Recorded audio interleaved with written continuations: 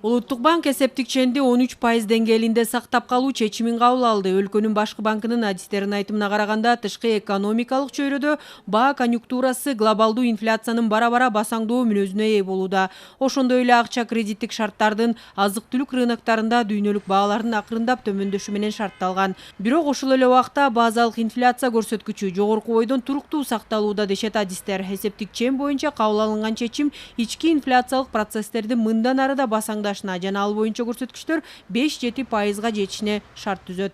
Былтыркы жылы эсептик чендин өлчөмү 14%-дын деңгээлинде болчу. Былтыркы жылдын аягында ноябрь айында эсептик чен 13%-га чейин төмөндөтүлгөн. Бирок азыркы мезгилде тышкы чөйрөдө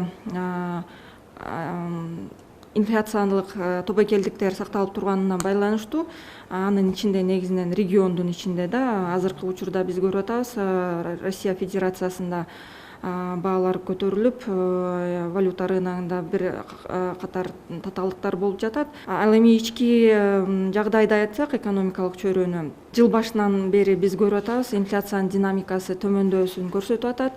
Анын ичинде, инфляциянын ичинде азык-түлүккө болгон баалардын